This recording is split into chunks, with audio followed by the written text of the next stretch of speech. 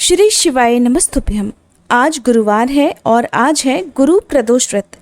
प्रदोष व्रत भगवान शिव की कृपा पाने के लिए रखा जाता है। तो आज की इस वीडियो में आप जानेंगे गुरु प्रदोष व्रत की पूजा विधि के बारे में और साथ ही आप सुनेंगे प्रदोष व्रत की कथा भी। अगर आप इस महीने के प्रदोष व्रत के शुभ मुहूर्त और प्रदोष काल के समय के बारे में जानना चाहते हैं तो इसकी वीडियो अलग से हमारे चैनल पर अपलोडेड है, आप उस वीडियो को जरूर देख लीजिएगा। गुरु प्रदोष व्रत की पौराणिक कथा के अनुसार एक बार देवराज इंद्र और वृत्तासुर की सेना में भीषण युद्ध हो गया। देवताओं ने दैत्य सेना को पराजित कर नष्ट भ्रष्ट कर डाला। ये देखकर वृत्तासुर अत्यंत क्रोधित होकर स्वयं युद्ध करने को तत्पर हुआ।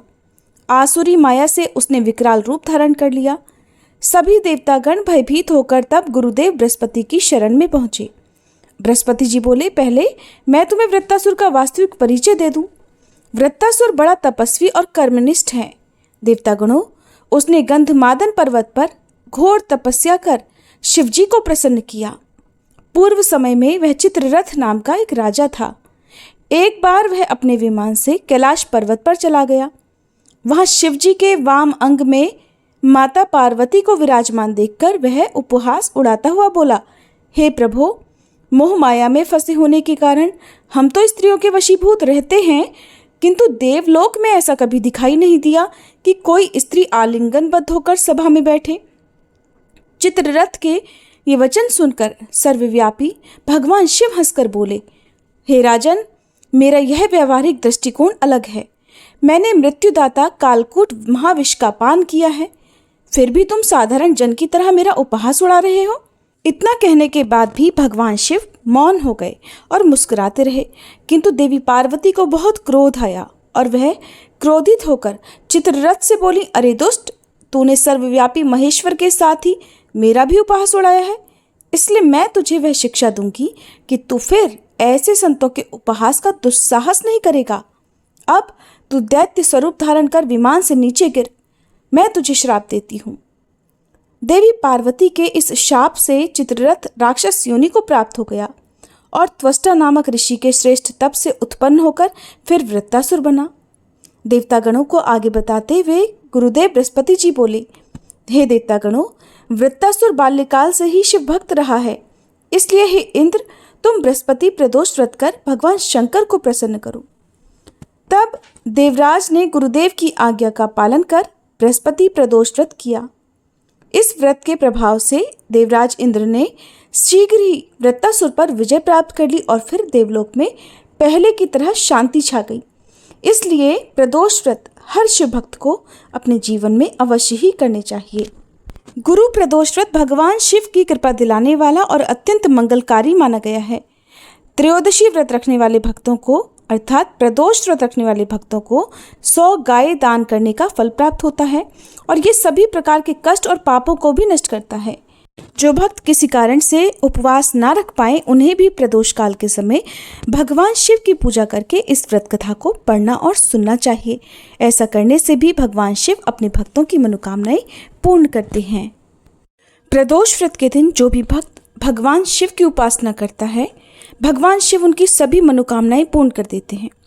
गुरु प्रदोष व्रत रखने से आपको मनचाहा जीवन साथी मिल सकता है। अगर आपके शत्रुओं से, विरोधियों से आपको परेशानी हो रही है तो विरोधी शांत हो सकते हैं। इसके अलावा संतान संबंधी समस्याएं भी दूर हो जाती हैं। आज के दिन जो भी भक्त सच्चे मन से प्रदोष काल में भगवान शिव की पूजा विधि विधान से करता है, उनके द्वारा की गई पूजा को भगवान शिव जरूर स्वीकार करते हैं। सुबह के समय जल्दी उठकर स्नान आदि से निवृत्त होने के बाद साफ स्वच्छ सफ़ेद रंग के वस्त्र धारण करने चाहिए। गुरु प्रदोष व्रत है तो पीले रंग के वस्त्र धारण करना भी बहुत शुभ रहता है। इसके बाद हाथ में जल और पुष्प लेकर व्रत रखने का संकल्प लिया जाता है। भगवान शिव को सुबह के समय जल और बेलपत्र जरूर अर्पित करें, धूप दीप जलाएं, व्रत की कथा पढ़े सुने, ओम नमः शिवाय मंत्र का जाप आपको करना चाहिए। अगर आप खुद के लिए पूजा कर रहे हैं, खुद के कष्ट निवारण के लिए प्रदोष व्रत रख रहे हैं, तो नमः शिवाय मंत्र का जाप करना चाहिए। अपने परिवारजनों के लिए या किसी और के लिए व्रत रख रहे हैं तो आपको ओम नमः शिवाय मंत्र का जाप करना चाहिए। प्रदोष व्रत में सफ़ेद रंग की वस्तुओं का ज़्यादा से ज़्यादा प्रयोग किया जाता है। सफ़ेद पुष्प हो, सफ़ेद रंग का भोग हो और गुरु प्रदोष व्रत है तो आप पीले रंग के पुष्प भी भोलेनाथ को अर्पित कर सकते हैं। सफ़ेद रंग की वस्तुओं का भोग लगाना बहुत शुभ होता है। सफ़ेद रंग की वस्तुओं में आप दूध या दूध से बनी मिठाइयों का, दही का, शक्कर का भोग लगा सकते हैं। इस प्रकार गुरु प्रदोष व्रत प्रारंभ किया जाता है। और क्योंकि गुरुवार का दिन है तो भगवान विष्णु की कृपा पाने के लिए भी इस दिन केले के पेड़ का पूजन करना चाहिए। केले के पेड़ की जड़ में हल्दी और जल मिलाकर अर्पित करें। एक दीपक जलाएं। आसपास शिव मंदिर में जाकर वहाँ पर आप दीप जला सकते हैं, वहाँ पूजा कर सकते हैं। आसपास मंदिर की सुविधा ना हो, जाना संभव ना हो तो ये पूजा आप घर पर भी कर सकते हैं। फिर दिन भर उपवास रखें और शाम को प्रदोष काल में विधि विधान से पूजा जरूर करें, क्योंकि प्रदोष व्रत में प्रदोष काल में की गई पूजा ही मान्य होती है। इसके लिए एक बार फिर से स्नान आदि से निवृत्त हो जाएं, साफ स्वच्छ वस्त्र धारण करें, हाथ जोड़कर भगवान शिव से प्रार्थना करें कि आपके द्वारा की जाने वाली पूजा को स्वीकार करें। फिर आप आज के दिन शाम को प्रदोष काल में 8 दिशाओं में 8 दीपक भी जरूर जलाएं। 8 दिशाएं कौन कौन सी हैं? पूरब, पश्चिम, उत्तर, दक्षिण, वायव्य, आग्नेय, नैऋत्य और ईशान। इन सभी दिशाओं में एक एक दीपक लगाने से भगवान शिव सभी मनोकामनाएं पूर्ण करते हैं। और यदि आपके विरोधियों से आपको परेशानी बहुत ज़्यादा है तो विरोधी भी शांत हो जाते हैं। ये दीपक आप मिट्टी के लगा सकते हैं, आटे के दीपक बनाकर लगा सकते हैं। आसपास शमी पौधा हो, शमी का वृक्ष हो, बेल वृक्ष हो, वहाँ जाकर आप दीप जलाएं, क्योंकि भगवान शिव को बेलपत्र और शमी पत्र बहुत प्रिय हैं। तो शाम की पूजा में शिवलिंग पर आप शमी पत्र भी जरूर चढ़ाएं। इनके अलावा भांग, धतूरा और जो भी आपकी सामर्थ्य उसके अनुसार सामग्रियों को रखकर भी आप पूजा कर सकते हैं। वैसे तो भोलेनाथ केवल 1 लोटा गंगा जल से ही प्रसन्न हो जाते हैं। फिर विधि विधान से हाथ में पुष्प रखकर व्रत की कथा पढ़नी और सुननी चाहिए। मंत्रों का जाप करें। शिवलिंग की पूजा यदि कर रहे हैं तो केवल आधी परिक्रमा ही की जाती है।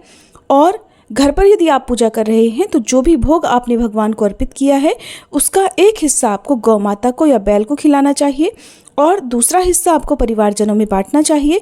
तीसरे हिस्से से आपको खुद अपना उपवास खोलना चाहिए।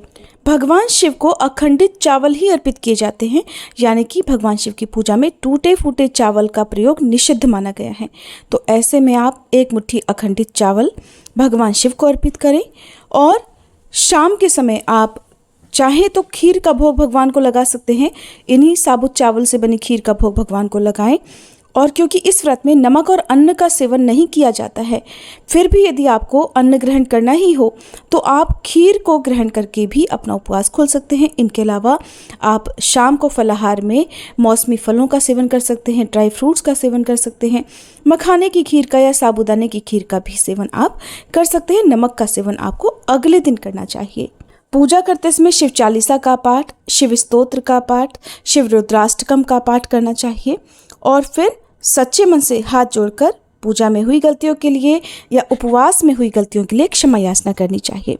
किसी भी व्रत उपवास में किया गया दान सफल माना जाता है और उसी से व्रत की पूर्णता होती है। तो मंदिर में आप दक्षिणा रखें, उसका दान आप किसी योग्य जरूरतमंद व्यक्ति को दे सकते हैं। सफ़ेद रंग की और पीले रंग की वस्तुओं का दान करना आज के दिन बहुत शुभ फलदायी माना जाता है। उम्मीद है ये कथा और जानकारी आपको पसंद आई होगी। वीडियो अच्छी लगी हो तो लाइक करना मत भूलिएगा।